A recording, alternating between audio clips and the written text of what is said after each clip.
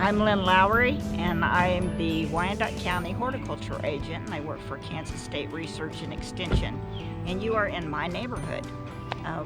The developers planted a lot of ash trees that are succumbing to the emerald ash borer, and you can see right behind me is a beautiful ash tree, and just down the road a piece, the ash trees are dying from the beetle.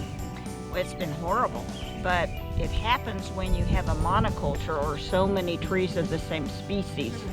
Once an insect or disease moves in, then it's devastating to the landscape. So that's why we're all for promoting a diversity of different tree species.